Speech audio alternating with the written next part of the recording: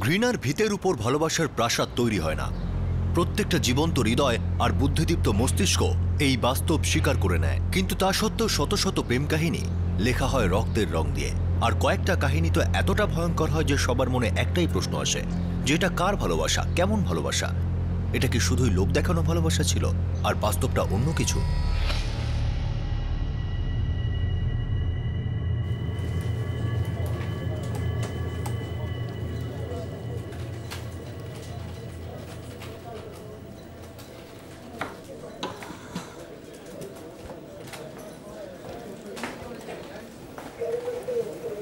জ্যোতি, free আছিস? হ্যাঁ বল না। কফি খেতে যাবি? হ্যাঁ চল। বেহুশ মানে আনকনশিয়াস? হ্যাঁ, মানে কিছু সময়ের জন্য যদি আনকনসিয়াস করা যায়। আমি কি করে জানবো নুরি? হ্যাঁ, তবে আমি এটা জানি যে যখন লোকেরা বেশি ড্রিঙ্ক করে তখন আর হুঁশে থাকে না। কিন্তু এই কথাটা তুই কেন জানতে চাইছিস? কিছু না, এমনিই জিজ্ঞেস করছিলাম। তবু হঠাৎ এই কথাটা? ছাড় না, মাথায় এলো তাই জিজ্ঞেস করলাম। তুই ভাবিস না।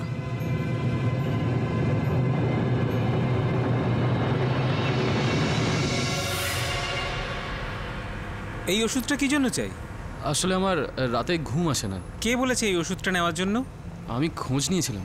কেন, সেই ওষুধটাই তো? ওষুধটা ঠিকই আছে, কিন্তু এইভাবে এই ওষুধ বিক্রি হয় না। সর্দি কাশির ওষুধের মতো নয় এটা। তার মানে? ভাই, এই ওষুধের জন্য ডাক্তারের প্রেসক্রিপশন চাই, আসল ডাক্তারের আসল প্রেসক্রিপশন। এই নাও। আরু, টেনশন নিস না।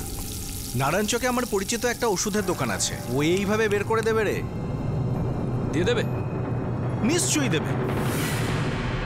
কখন দেবে? যখন চাইবি তখন। আচ্ছা, একটা কথা বলতো, তুই এই বড়ি চাইছিস কেন? আরে আমার রাতে ঘুম আসে না, সেই জন্য। একটা কাজ কর, একটা কাগজের মধ্যে তুই লিখে দে, তারপর দেখ আমি কি করে ব্যবস্থা করি।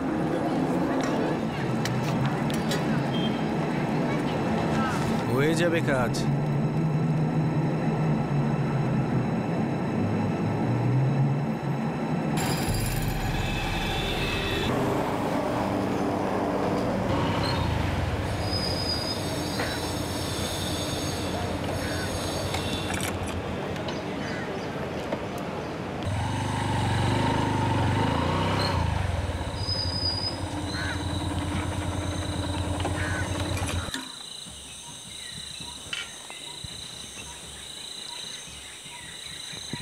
দশটা বড়ি আছে, আর তোমার মাত্র 4টে লাগবে।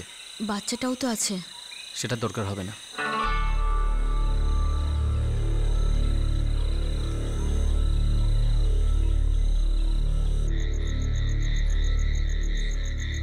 চলো খাওয়া শুরু করো।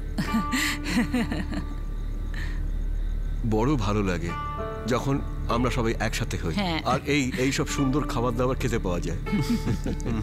কিন্তু আমার শাকির তো কিছুই খাচ্ছে না। ও ঠাকুমা, লেগ পিসটা তো দাও। হ্যাঁ হ্যাঁ, এই নাও আমার সোনা, এই নাও।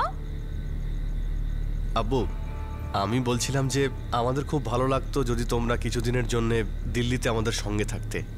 কি বলো আম্মি? দাদা, এটা ঠিক হলো না। তুমি শুধু আব্বু আর আম্মিকে ইনভাইট করলে, আমাকে করলে না। আরে তোমার আর ইনভিটেশনের কি দরকার নুরি? এখনই চলো আমাদের সাথে, তাও বরাবরের জন্য। আমিও কোম্পানি পেয়ে যাব। হ্যাঁ, আর এমনিতেও নুরি, দিল্লিতে অনেক সফটওয়্যার ডেভেলপমেন্ট কোম্পানি রয়েছে, তুই অনেক সহজেই ওখানে চাকরি পেয়ে যাবি। আগে ওকে ওর এমটেকটা করতে দে, তারপর ওর বিয়ে দিয়ে দেবো একটা ভালো পাত্র দেখে। যেখানে ওর স্বামী থাকবে সেখানে নুরি যাবে। এটা ঠিক বলেছ আব্বু। বৌমা, ডালটা এগিয়ে দাও তো। এবার আমি চালি। তুই এত তাড়াতাড়ি চলে যাবি? এই না, আমি চেষ্টা করেছিলাম, কিন্তু 4-5 দিনের বেশি ছুটি কত পেলাম না। পড়লো? ওয়াইদা, হ্যাঁ বেশ কয়েক কাপ এলাচ দেওয়া চা বানাতো সবার জন্য। আচ্ছা। ও দাদু, মাকে বলো না চা করতে। আমার ঠাকুমাকে যেভাবেই হোক এই গেমে হারাতেই হবে। আচ্ছা ঠিক আছে, তুই ঠাকুমাকে হারা, আমি চা বানাচ্ছি। সাজিয়া, চা করো। না দাদা, বৌদি তুমি বসো, আমি চা করছি। ঠিক আছে।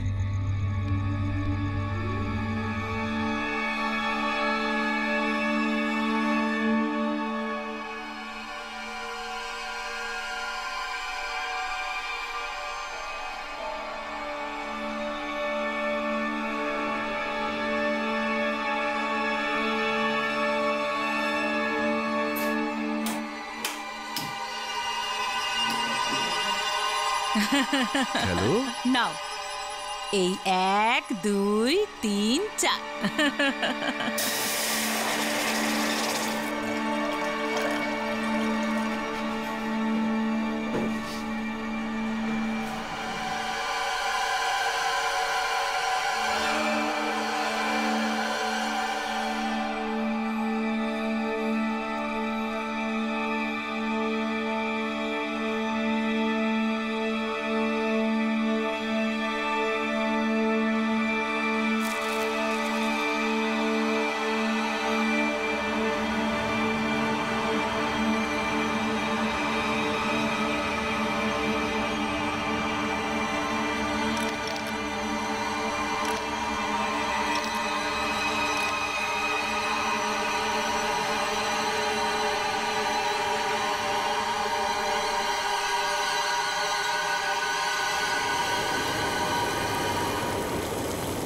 জয়ের সঙ্গে সঙ্গে একটা ষড়যন্ত্র ফুটছিল।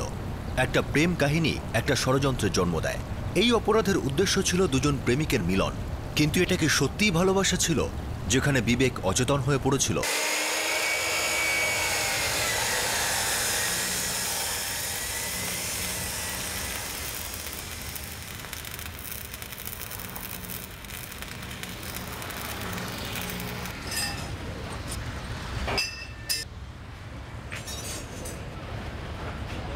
আরে শোন না, ওটা একটু সোজা করে রাখ, আমি এটা একটু জাস্ট লাগিয়েই আসছি।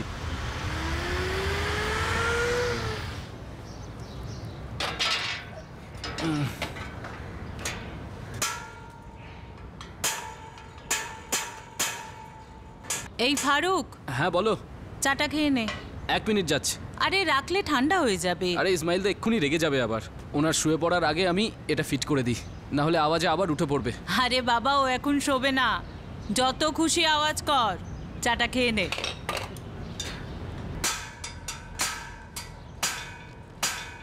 কি হলো মশাই, অবশেষে আমাদের বাড়িতে আসার সময় হলো তোমার? হ্যাঁ ম্যাডাম, এটা আপনার গ্রিল, এটা তো আর যাত্রার নয়। এটা বানাতে অনেকটা সময় গেছে আমার। কোথাও একটু ভুল হয়ে গেলে না, আগামী 10 বছর আমাকে কথা শুনতে হতো। 10 বছর তো অনেক দূরের কথা। প্রথমে এটা তো বলো, এই গ্রিলটা কতদিন টিকবে? সেটার উত্তর তো আমার কাছে নেই আপাতত, কিন্তু হ্যাঁ 10 বছর পর এর উত্তর পেয়ে যাবেন। একটা গ্রিলের ওপর এত ভরসা? একবার ফিট তো হতে দিন, সারা জীবনের জন্য বন্দী হয়ে যাবেন আপনি।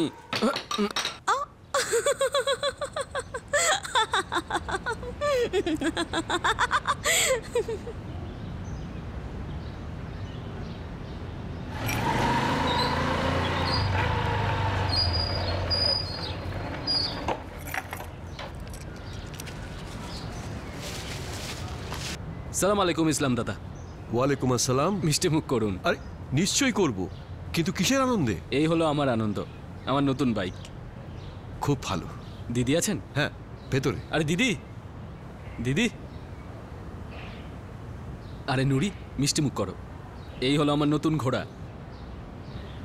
কি ব্যাপার ফারুক, ঘোড়া তো এসে গেল, চড়তে পারবে তো? পড়ে যাবে না তো? এখান থেকে তোমার অফিস মাত্র 10 মিনিট, তার 1 সেকেন্ড বেশি লাগলে না নাম বদলে দেবো। ও হ্যালো, আমি অফিসে যাব, হসপিটালে না।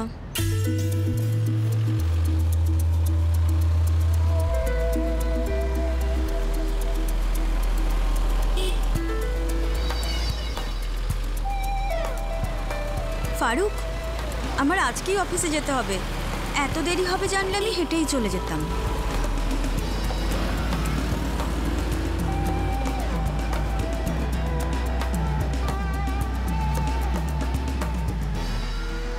ব্যাস ব্যাস ব্যাস। উফ, এবার বল, ধুমের জন ইব্রাহিমের কথা মনে পড়লো? অতটা খারাপও না, শিখে যাবে। সন্ধ্যেবেলা নিতে আসবো? চলে এসো, যদি মুড হয় তো লিফট নেব।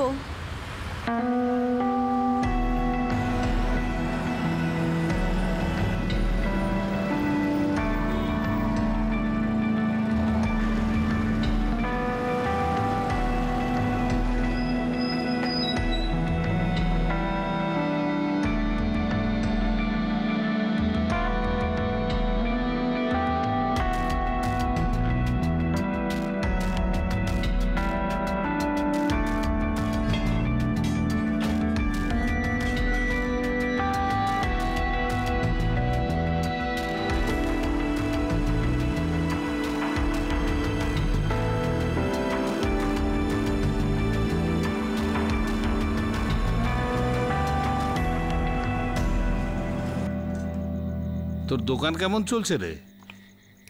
দৌড়াচ্ছে বাবা। ব্যবসা তো পুরো ঘোড়ার মতো দৌড়চ্ছে।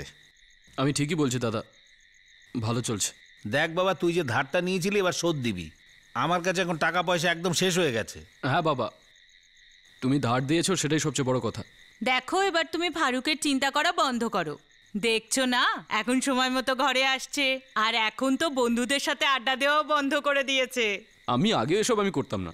তুমি যদি বন্ধুদের সাথে আড্ডা মারাকে এরকমভাবে বলো তাহলে আমি কি করব?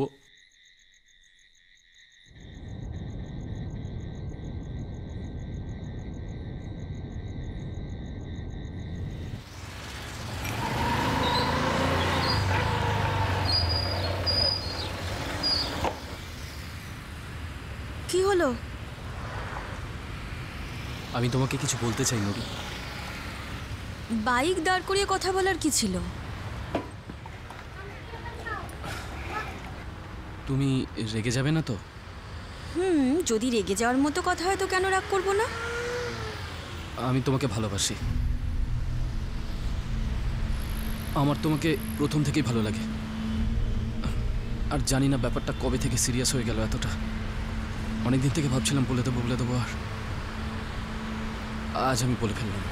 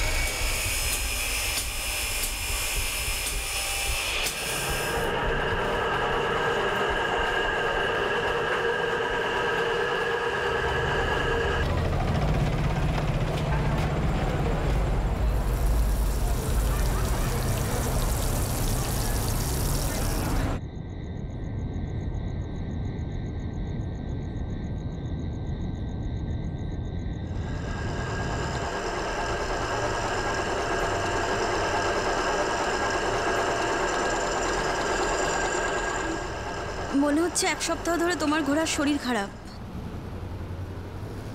নুরি, ওই তুমি কোনো উত্তর দিলে না তাই ভাবলাম তুমি হয়তো রেগে আছো। আচ্ছা, ব্যাপারটা যখন সিরিয়াস তখন তো ভাবতে সময় লাগবে না? এটা তুমি ভাবোনি? এটাও তো হতে পারে যে আমি কখনো তোমার উপর এতটা রাগ করিনি। এটাও তো হতে পারে তোমাকে আমার কখনো এতটাও খারাপ লাগেনি যে প্রেম হতেই পারে না। নুরি, তুমি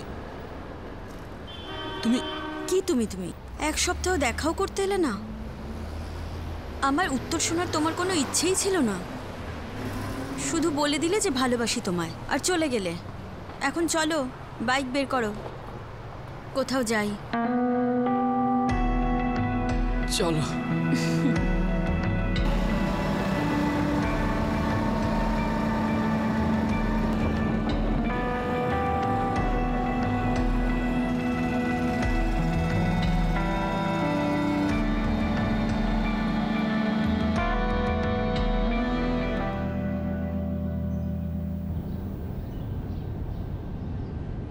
আমার বাড়ির লোক নিয়ে কোনো সমস্যা হবে না নুরি। কিন্তু আমার বাড়ির লোক রাজি হবেন না কিছুতেই। তাহলে আমরা কি করব? কি আর করব? কিছু না। যতক্ষণ না বিয়ে হচ্ছে আমাদের ততদিন এরকমই ঘুরবো। তারপর তুমি তোমার রাস্তায়, আমি আমার রাস্তায়।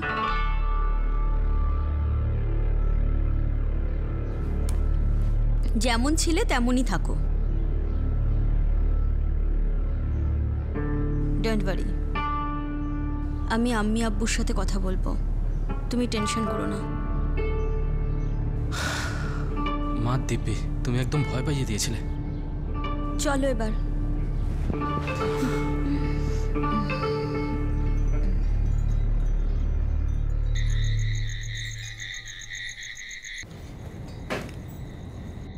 আম্মি, আব্বু, আমি বিয়ে করতে চাই। সে তো করতেই হবে, এতে আর আমাদের বলার কি আছে? আরে আমরা তো সেই দিনটার প্রতীক্ষায় আছি, যেই তোর লেখাপড়াটা শেষ হবে আর তখন আমরা তোর জন্য একজন ভালো বংশের সেটেল ছেলে খুঁজে আনবো। আমি ছেলে পছন্দ করেছি। কেউ? ফারুক। ফারুক? আব্দুল ভাইয়ের ছেলে? গ্রিলওয়ালা? সমাজে আমরা কোথায় আছি আর ওরা কোথায় আছে? পেছন থেকে সে ছুরি মারলো আব্দুল্লাহ আর ওই জঘন্য ছেলেটা। আমি যদি একটুও জানতে পারতাম তাহলে ওকে ঘরে ঢুকতেই দিতাম না। আরে এতদিন আমারই খেয়ে আমারই সর্বনাশ করলি, তুই এটা করতে পারলি? আসল ঘটনা তো এখন হবে। আমি আর ফারুক দুজনেই বিয়ে করতে চাই। এই শহরে, এই সমাজে তোমার বাবার একটা সম্মান আছে, সেটা তুমি ধুলোয় মিশিয়ে দিতে চাও? তোর মোবাইলটা আমায় দিয়ে দে। আব্বু আব্বু আব্বু, আমার কথা তো শোনো। এবার তুই আমার কথা শোন, প্রথম আর শেষবারের জন্য।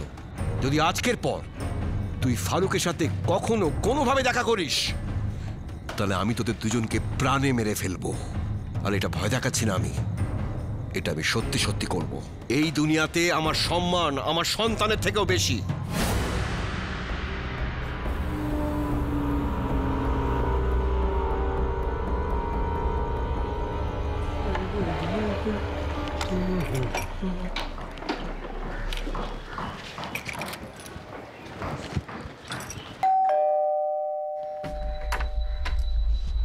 সালাম আলাইকুম। আমাদের ক্ষতি করেও আশ মেটেনি, বেরিয়ে যাও এখান থেকে। কি হলো? চুপ করো। আমি আমার বাড়িতে তোমাকে কাজ দিয়েছি, তোমার রোজগার করার সুযোগ করে দিয়েছি, আর তুমি আমাদের সাথে বেইমানি করলে, আমাদের সম্মানকে মাটিতে মিশিয়ে দিলে। আরে আপনি ভুল বুঝছেন। আমি ভুল বুঝেছিলাম, একটা সাপের বাচ্চাকে মানুষ ভেবেছিলাম। যদি প্রাণ বাঁচাতে চাও তাহলে এই পাড়ায় যেন আর তোমাকে না দেখি।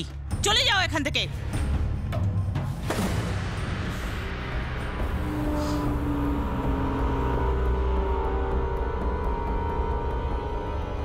নুরি আর ফারুককে কি প্রাণনাশের হুমকি আলাদা করতে পারত? নুরি কি তার বাবার সম্মানের সামনে তার ভালোবাসার বলিদান দিয়ে দিত? ওরা প্রবল প্রেমের জালে আটকে ছিল, আর ওদের পুরো বিশ্বাস ছিল যে পৃথিবীর কোনো শক্তি ওদের আলাদা করতে পারবে না।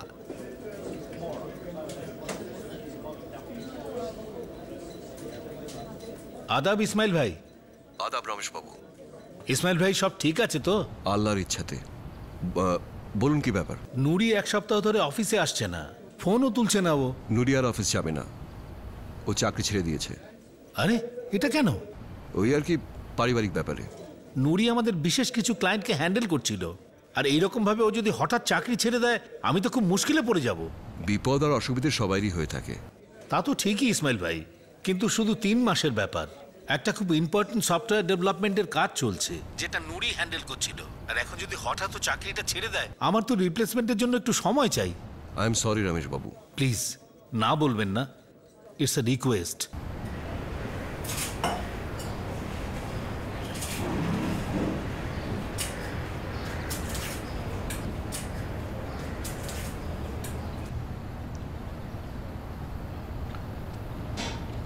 নুরি, তোর বস রমেশ চতুর্বেদী ফোন করেছিলেন, তোকে 2 মাসের জন্য অফিস যেতে হবে। ওদের তোকে খুব প্রয়োজন, কিন্তু শুধু 2 মাসের জন্য।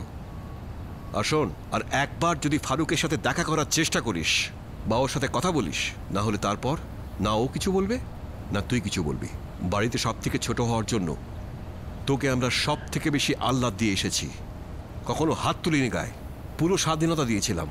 তার মানে এই নয় যে তুই আমাদের বংশের সম্মান এইভাবে মাটিতে লুটাবি। তাই আজকের পর থেকে কখনো যদি তুই ছেলেটার দিকে মুখ তুলে তাকাস, তাহলে মনে রাখিস তখন থেকে আমি তোর বাবা থাকবো না।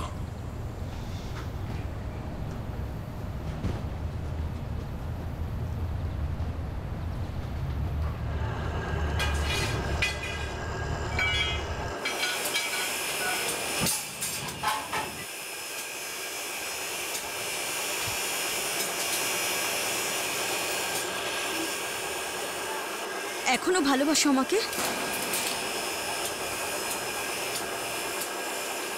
মরা অবধি।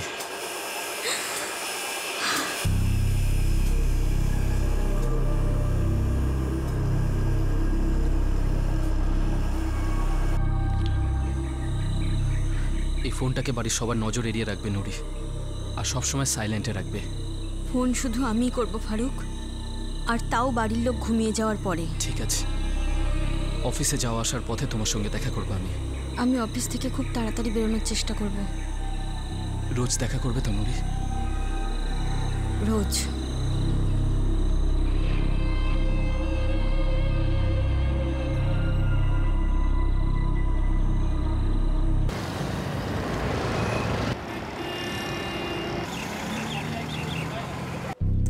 আব্বু ওকে অফিসে পাঠানোর দরকারটা কি?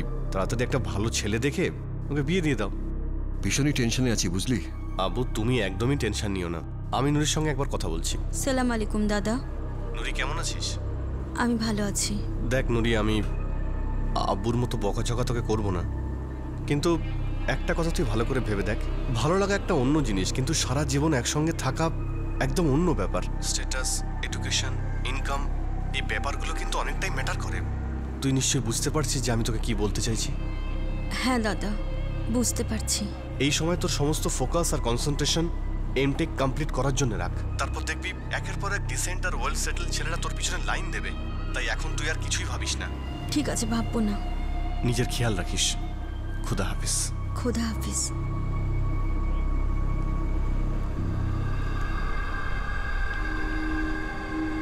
মা, তোমার বাবা, তোমার দাদা কখনোই তোমার খারাপ চাইবে না।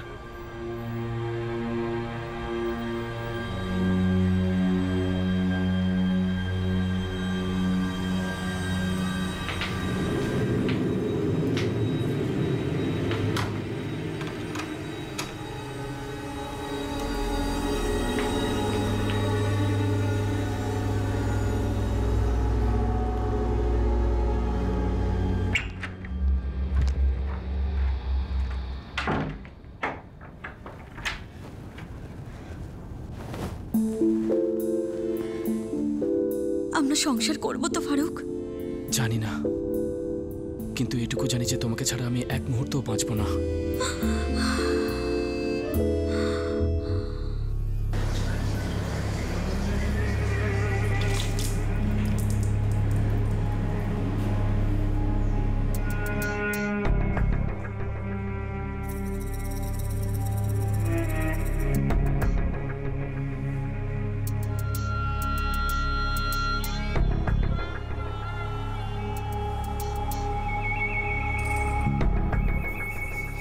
নুরি, বাচ্চাটা নষ্ট করে দাও। না ফারুক, এই বাচ্চা আমি কিছুতেই নষ্ট করব না। আমার বাচ্চা চাই। নুরি, এটা ছাড়া আমাদের কাছে অন্য রাস্তা নেই। এই বাচ্চাই আমাদের পথ দেখাবে ফারুক। নুরি, আমাদের কাছে না তো সময় আছে আর না তো সুযোগ। তার উপর তোমার দাদা রয়েছে এখানে। একবার ভাবো, যদি জেনে যায় তখন। তুমি ভয় পাচ্ছ ফারুক? ভালোবাসার মধ্যে ভয় সব থেকে খারাপ জিনিস। না, আমি ভয় পাচ্ছি না নুরি, চিন্তা হচ্ছে আমার। ফারুক, চলো না সংসার করি। আজ না তো কখনোই না। তাহলে চলো পালিয়ে যাই। কোথায় যাব? অন্য কোনো একটা শহরে গিয়ে উঠি। আমার আব্বু আমাদেরকে জাহান্নাম থেকেও খুঁজে আনবে। তারপর আমার প্রতি ভালোবাসা কখন যে তলোয়ার হয়ে যাবে সেটা আমরা বুঝতেও পারবো না। আর তারপরেও তুমি এই বাচ্চাটার জন্য জেদ করছো নুরি। ফারুক, এই বাচ্চা বাচ্চা নয়, এটা আমাদের আনন্দের ফল। আর আমাদের এই খুশি তোমার বাড়ির লোক দেখতে পারে না নুরি। আমরা ওদের দুঃখটাকে শেষ করে দিই। সেটা আমরা কখনোই শেষ করতে পারবো না। তাহলে ওদেরকেই মেরে ফেলি।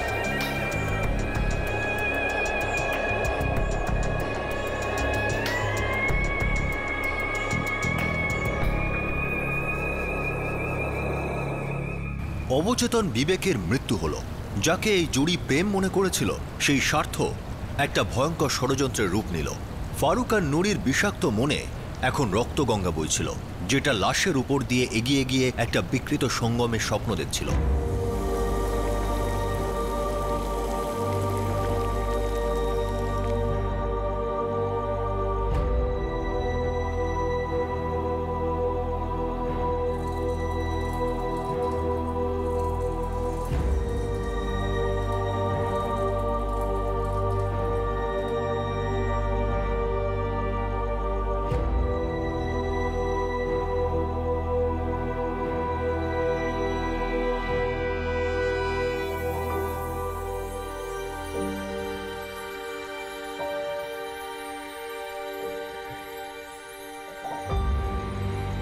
এই ছক্কা পড়লো। দাও, এবার আমার চাল, এই পড়লো 3। আমারও 3টে পয়েন্ট। আম্মি হ্যাঁ দে।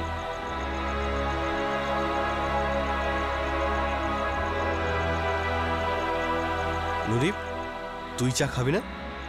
না দাদা, আমার ইচ্ছে করছে না, রাতে ঘুম আসে না। ঠিক আছে, দাও। হ্যাঁ, ওরে ঠিক করে খেয়াল ওরে হেলে যাবি।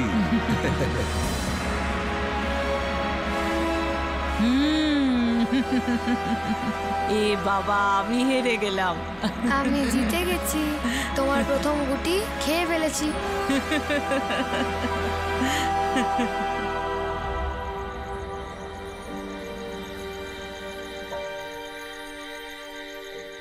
বাঁচাও, আল্লাহর দোহাই বাঁচাও, বাঁচাও, বাঁচাও আমাকে, বাঁচাও, কেউ আছে কোথাও, আমাকে বাঁচাও, বাঁচাও আমাকে, বাঁচাও, আল্লাহর দোহাই। এটা তো আমাদের নুরির আওয়াজ না? হাই আল্লাহ, কি হচ্ছে ইসমাইল ভাই বাড়িতে? চলো দেখি। আল্লাহর দোহাই বাঁচাও। আসিফ ভাই, হ্যাঁ আপনি নুরির আওয়াজ শুনতে পেয়েছেন? ইসমাইল ভাই, নুরি, বৌদি, এখন তো নুরির আওয়াজও শোনা যাচ্ছে না। আরে পেছনে ইসমাইল ভাইয়ের ঘরে জানলা রয়েছে, ওখান দিয়ে দেখো। যাচ্ছি। ইসমাইল ভাই, ইসমাইল ভাই, বৌদি, ইসমাইল ভাই, ইসমাইল ভাই, ইসমাইল ভাই, হে আল্লাহ, কি হলো সোহেল ভাই? ভেতরে দেখো আসিফ ভাই, এসব কি হয়ে গেল?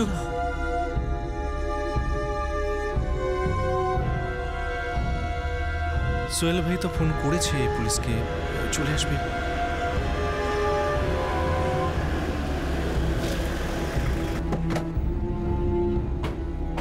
স্যার, দরজা ভেতর থেকে বন্ধ ছিল। আসলে আমরা পেছনে জানালা দিয়ে লাশ দেখতে পেয়েছি। কোথায়? এদিকে পেছনে।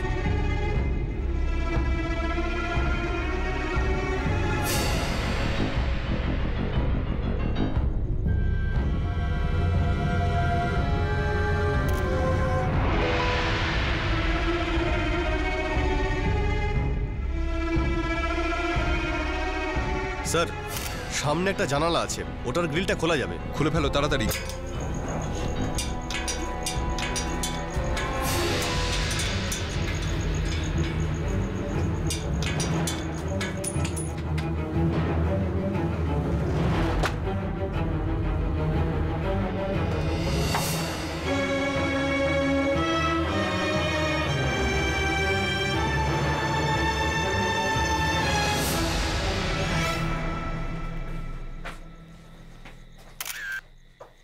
চেক করো।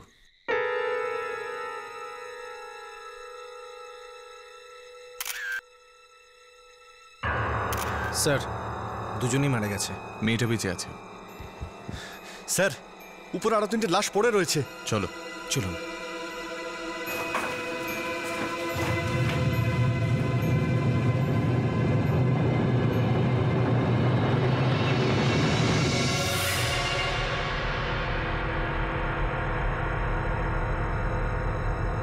স্যার, 3জনকে ভালো করে চেক করেছি, ওরা বেঁচে নেই।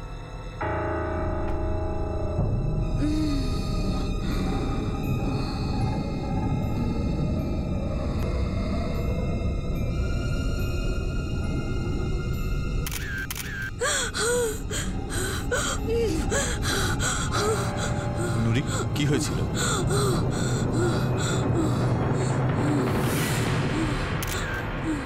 নুরি, বলো কি হয়েছিল?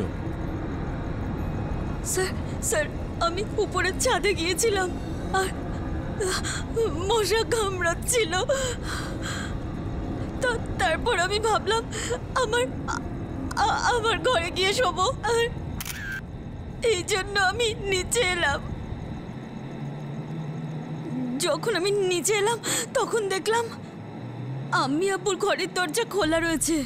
আমি ভাবলাম যে ওরা হয়তো দরজা আটকাতে ভুলে গেছে। তারপর আমি যখন দরজাটা বন্ধ করার জন্য এগিয়ে গেলাম, দেখলাম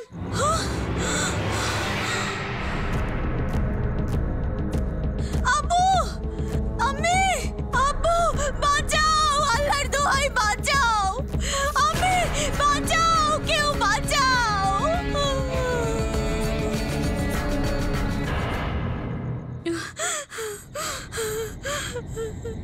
নুরি, তোমার দাদা মাজেদ, বৌদি সাজিয়া আর ওনাদের ছেলে শাকের, এই তিনজনকেও খুন করা হয়েছে।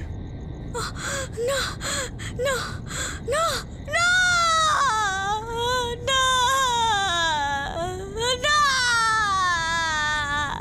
না।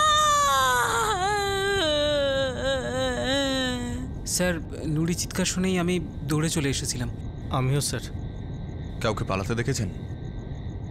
না স্যার, আসলে চিৎকারের আওয়াজ শোনার 3-4 মিনিট পরে আমরা এখানে পৌঁছেছিলাম। সবাই ঘুমোচ্ছিলাম তো।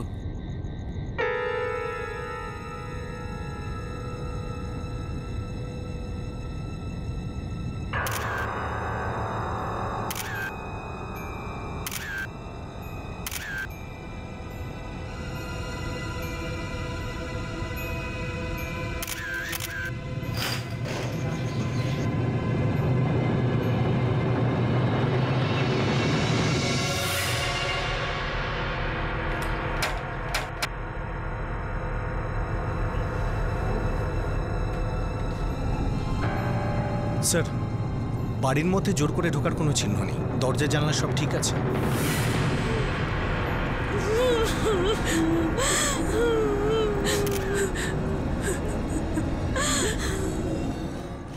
নুরি, এটা কি করে সম্ভব যে তুমি তোমার বাবা মার চিৎকার শুনতে পাওনি? তোমার দাদা বৌদিরও চিৎকার শুনতে পাওনি?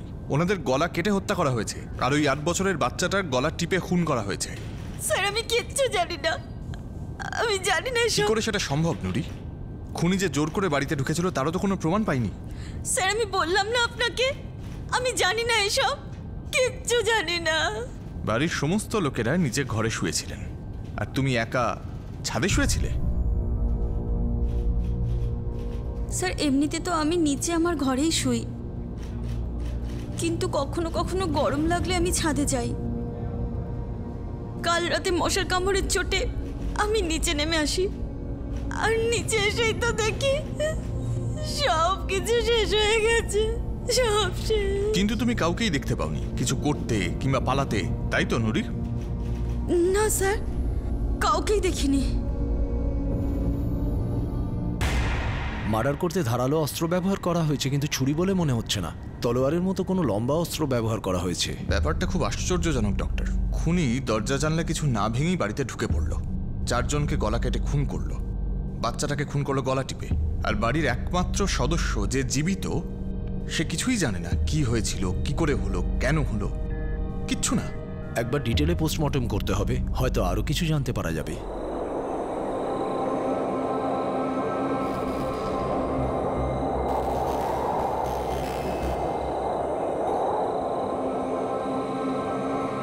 ফারুক, আমি আমার পেটের বাচ্চাকে অনুভব করতে পারছি।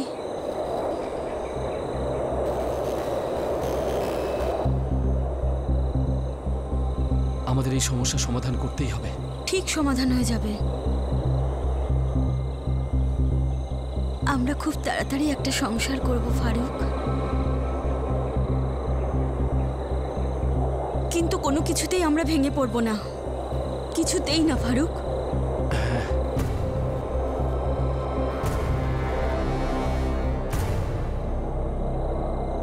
পুলিশ এই কেসে অভ্যন্তরীণ ষড়যন্ত্রের আন্দাজ করে নিয়েছিল। তাদের সন্দেহের তীর তীব্র গতিতে সেই দিকেই ছুটছিল। এই কেসের শিকড় খুব দ্রুত তাদের হাতে চলে আসে। একটা ছেলে ছিল ফারুক, নুরির পরিবার ওকে চিনত। এমনটা হয়নি তো যে নুরি ফারুকের সাথে মিলেই কাজটা করেছে আর এখন নির্দোষ সাজার চেষ্টা করছে? সেটা আমি কি করে বলবো? আপনি নুরির ব্যাপারে জিজ্ঞেস করলেন, তাই আমি বললাম যে নুরির বাবা ওকে চাকরিটা করতে কেন দিচ্ছিল না। Thank you.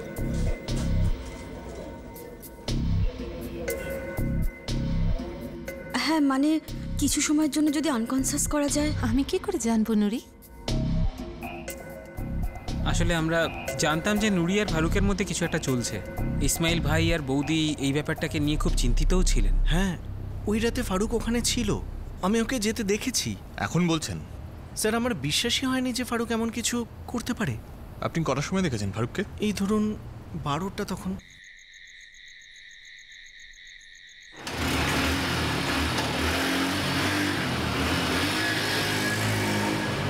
আচ্ছা, এটা কি হতে পারে যে নুরি এই ব্যাপারে ফারুককে সাহায্য করেছে?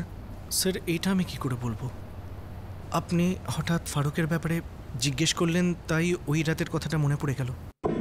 যখন সমস্ত পৃথিবী জানে তখন আপনি কেন না জানার ভান করছেন? আপনি কি বলতে চাইছেন?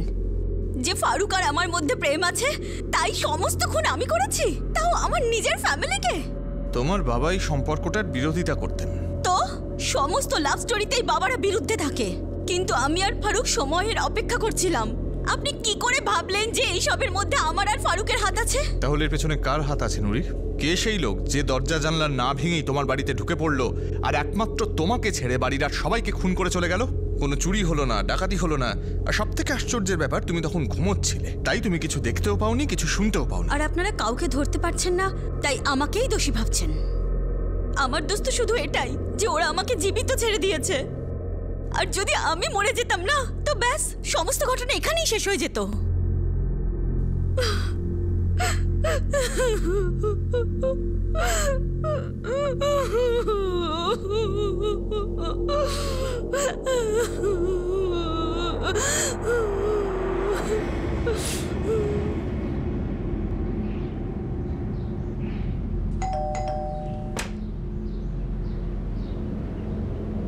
বলুন। ফারুক?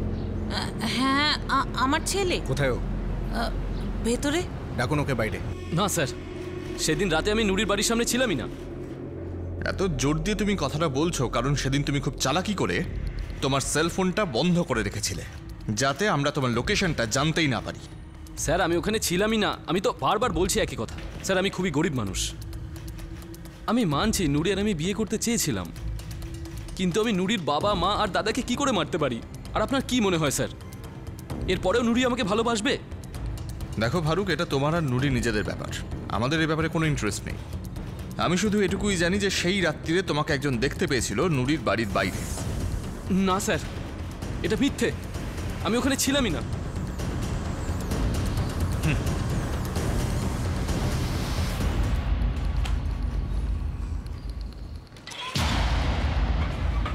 স্যার, নূরের ফোন গত 2 মাস ধরে বন্ধ।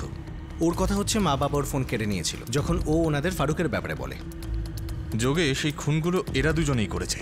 কিন্তু স্যার মেয়েটা প্রেসের সামনে বিবৃতি দিয়েছে যে আমরা ওকে নাকি বিরক্ত করছি। মেয়েটা খুব চালাক যোগেশ, ও সিম্প্যাথি পেতে চাইছে, নিজেকে ভিকটিম প্রমাণ করতে চাইছে।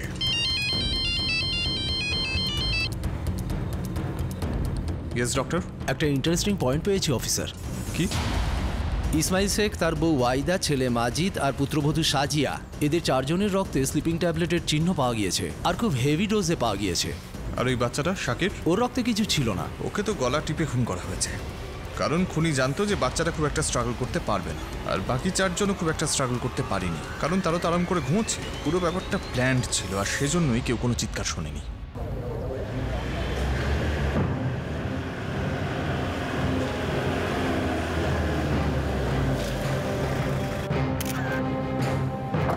আপনারা সরে যান সাইডে, প্লিজ সরে যান, সরে যান, সরে যান। স্যার স্যার এসে বসো sir. Sir sir sir sir sir sir sir. দেখুন নুরি দেবী, আপনার সঙ্গে ঘটা দুর্ঘটনার জন্য আমরা সমব্যথী, খুবই দুঃখিত। আমরা শুনছি যে পুলিশ নাকি আপনাকে বিরক্ত করছে। পুলিশ কিছু করছে না স্যার, শুধু আমাকে বিরক্ত করছে। আমার পুরো ফ্যামিলি শেষ হয়ে গেল, আমাকে সান্ত্বনা দেওয়ার বদলে আমাকেই। কেন? কারণ আমি একা বেঁচে গেছি। ঠিক আছে ঠিক আছে, কাঁদবেন না, পুলিশকে আমি দেখে নিচ্ছি, তারা আপনাকে আর বিরক্ত করবে না।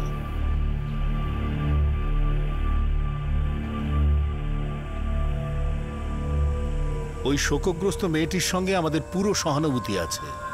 আমি ওকে কথা দিয়েছি যে বিচার হবে এবং সুবিচার হবে, আর যেই দোষী হোক না কেন খুব তাড়াতাড়ি ধরা পড়বে।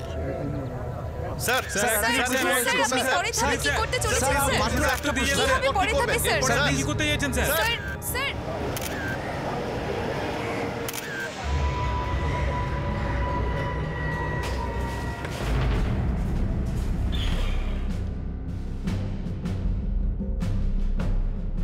মেয়েটা খুব চালাক, সিম্প্যাথি আদায় করে আমাকে এই কেসটা থেকে সরিয়ে দিল।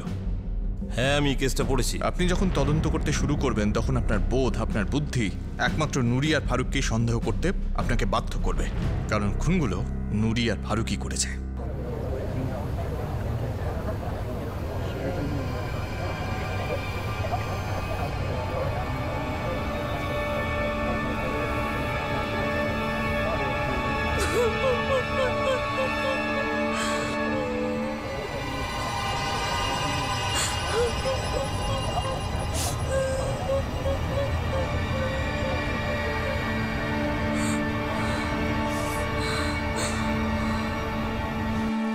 অন্যের রক্তে যারা নিজেদের প্রেম কাহিনী লেখে তারা ভালোবাসার থেকে অনেক দূরে থাকে। সত্যিকারের ভালোবাসা প্রেমিককে উন্নত মানুষ বানায়, জন্তু নয়। পুলিশ যখন নুরি আর ফারুকের কাছে পৌঁছলো তখনই কেসটা সত্য উদ্ঘাটিত হলো। ওরা যেই প্রেম কাহিনীর দোহাই দিচ্ছিল সেই ভালোবাসাটার কি হলো, আর সেই কাহিনীরই বা কি হলো? কেসটা যখন আদালতে উঠলো তখন একেবারে পাল্টে গেল, অনেক কিছু প্রকাশ্যে চলে এলো। এই 5টা হত্যার আসলে কে পরিণতি দিয়েছিল, এই রোমহর্ষক কাহিনীর দ্বিতীয় তথা শেষ ভাগ আমরা আপনাদের দেখাবো আগামী দিন আগামী পর্বে। আপনাদের সাথে আবার দেখা হবে ক্রাইম পেট্রোল সতর্কে। ততক্ষণ নিজের খেয়াল রাখবেন, সুরক্ষিত থাকবেন, আর মনে রাখবেন সঠিক সময় সঠিক পদক্ষেপ। সতর্ক থাকুন। জয় হিন্দ।